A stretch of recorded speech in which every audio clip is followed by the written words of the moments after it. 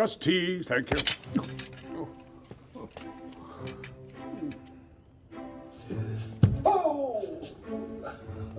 I must see the head of my order. He is both wise and powerful. Trust me, Frodo. You'll know what to do. So the ring of power has been found. Under my very nose.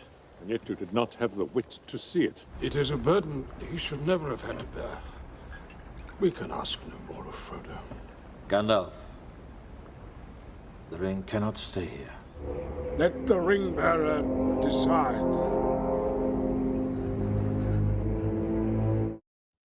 All right, so you're probably wondering what is the point of all these different shots of Gandalf and the things he says here in the first part of Fellowship of the Ring. These are all places that differ pretty specifically from the books in how Gandalf approaches things. Gandalf in the books has, and feel free to jump in, Michael, if you want to add some detail to this. But Gandalf in the books has much more of a direction, right? He doesn't go to Saruman because he's unaware of what's going on. He goes to Saruman and because he's summoned there, not because I got to figure this out. He is the one that tells Elrond at the Council of Elrond that, let me get that quote, "It's not our part here to take thought only for a season or for a few lives of men or for passing of the world," meaning we got to do this right now. And he doesn't say Frodo can't do it. And when they're in the Misty Mountains, he's the one that says we got to go through Moria. He doesn't leave it up to the ring bearer. So he's much more decisive. He knows what he's led to know he's a leader because he leads. And I think that makes his death in Moria far more poignant in the films or in the movies. Sorry, in the books, not the movies, because he is a leader. He is a much clearer leader. And it starts, I mean, I hate to say it, it kind of starts right here in the beginning. Just tea, thank you.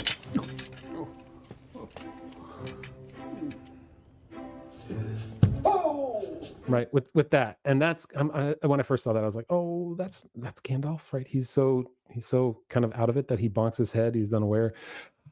I get it. You kind of have to set the tone for the film a little bit and set the environment for as a hobbit hole that's smaller. But he comes across as far less decisive, far more, as a befuddled, I guess is good, or dullard, doltish.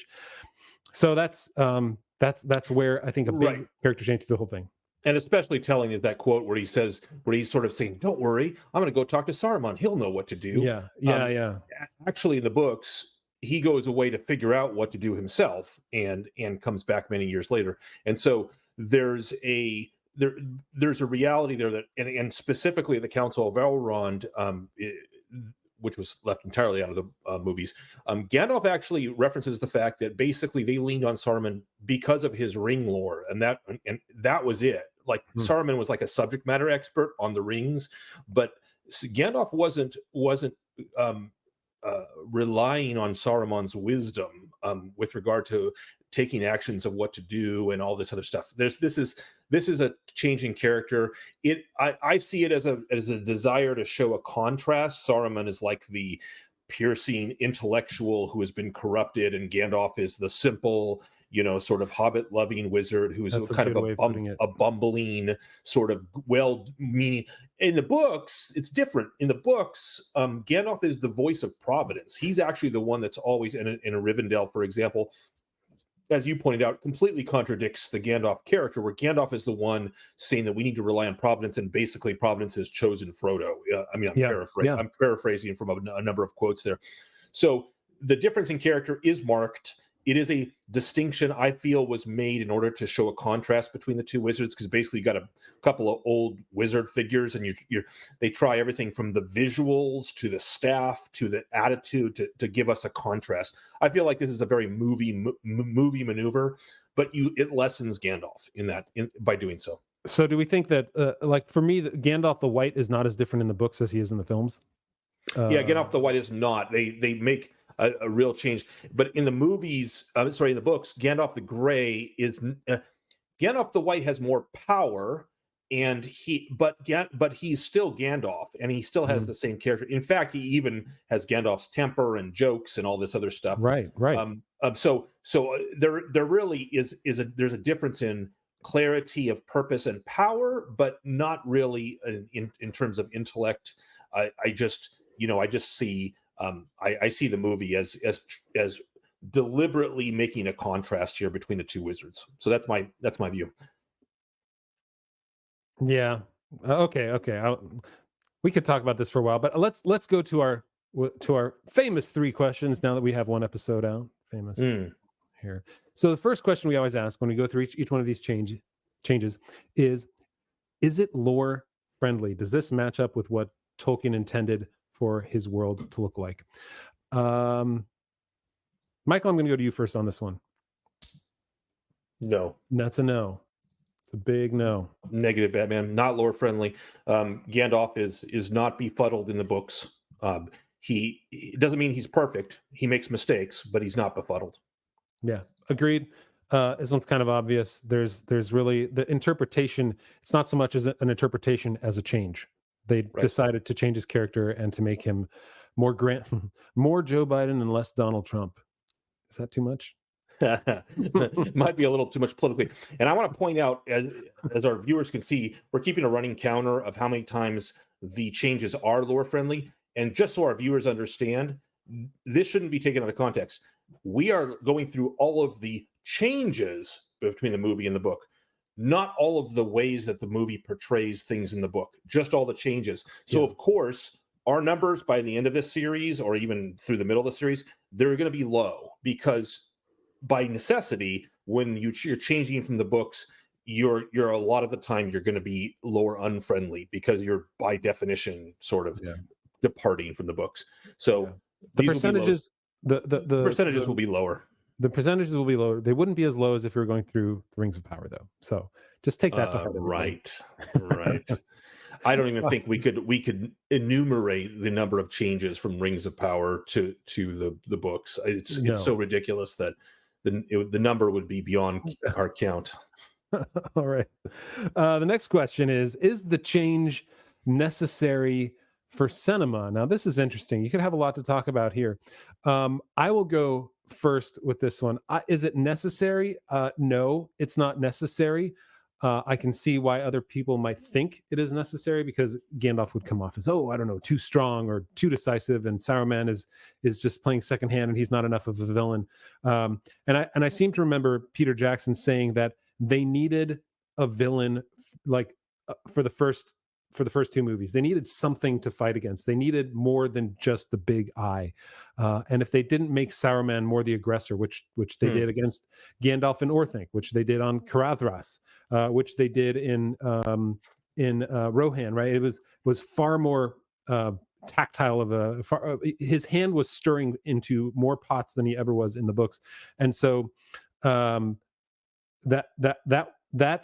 part of the change, I think, goes hand in hand with the change to Gandalf, making him more. See, that's a really good distinction, and I think if we get to the point where we're reviewing the changes in Saruman and his prominence in the movies versus the books, I might have a different answer.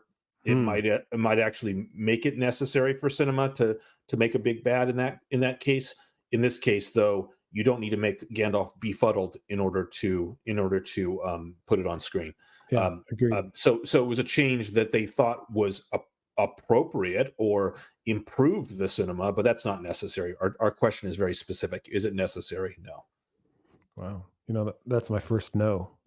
I'm proud that I went three whole episodes without saying no. That's my first no to isn't change necessary for cinema. My other three were yeses already. Look at this, 3 out of 3 yes. Okay, I move on.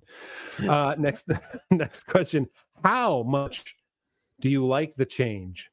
Now, this is interesting to me because I really like the way Ian McKellen portrayed Gandalf. I really do. I think he's warm, he's friendly, and I think the change actually endears him a little bit more. Like that, him hitting his head there is a very endearing thing in a hobbit hole, right? It grounds him in the world that we live in a way, right? He's not so aware of everything that he doesn't have to think, right? Things happen to him. So how much do I like the change after watching it? I think he's probably, in my opinion, my favorite character in the films. Yeah. I'm going to give it a 4. I'm going to give it a 4. I think it's a good change. I think it worked well for the films, even though it wasn't necessary. Right. I agree. I thought we were going to differ on this, but I'm going to go 4 as well. What? Because it is very weird because I liked the change. And as you put it, I'll simply say this. It comes down to Ian McKellen. If this had been done by somebody else, I could see it not working. Ian McKellen has this sort of air of the wizard who's forgot more than he remembers, and there's a real endearing quality to that. So I agree with you. It is a 4. I was hovering between 3 and 4, but you don't allow me to do 3.5s. So I was yeah. Should we? Okay, this is now the question. Since this is early in our whole endeavor, we could start doing should we do decimals? All right, let's do decimals, Michael. I'm going to make it executive 3.5 right here. All right.